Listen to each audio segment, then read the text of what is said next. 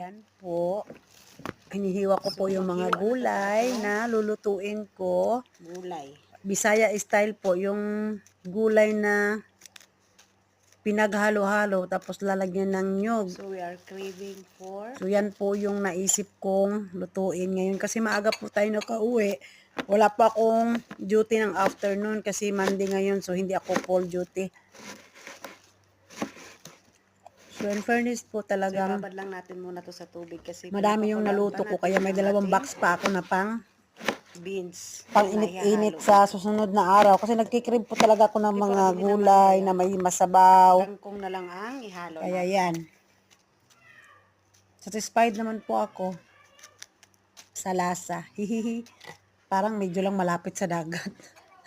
Parang malapit sa dagat ata. Pero in fairness, solve na to. Ako lang naman kasi isa magkumakain eh. Wala akong kasalo kaya minsan pagka masarap ang pagkaluto ko, nagbibigay din ako sa kaibigan ko na Bisaya din. Ito na lang walang... Pero pag medyo alanganin yung lasa, yung talong, hindi ako nagbibigay, nahihiya po ako. So ang kilo nito is... Yan po. Shout out po sa Parang may 637 na subscribers. Sana po ay tulungan nyo po akong ma-monetize dito po. Matagal na po ako dito kasi hindi ko alam kung bakit. Yung gabi natin. Hindi pa ako monetize. Ang kilo nito ay 8 real. Kulang pa po ako sa views. Kulang pa tayo sa views at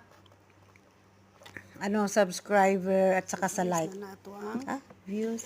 Sa hours pala. gabi.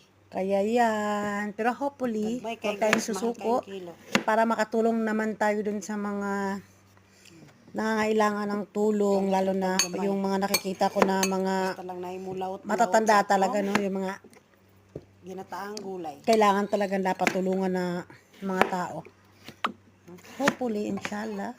Din ang atong In God's will. kalabasa.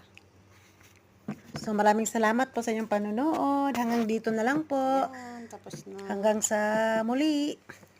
Ito po ang inyong cleaner of the day.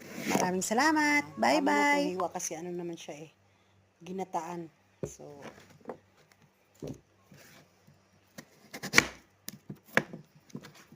sarap nito guys.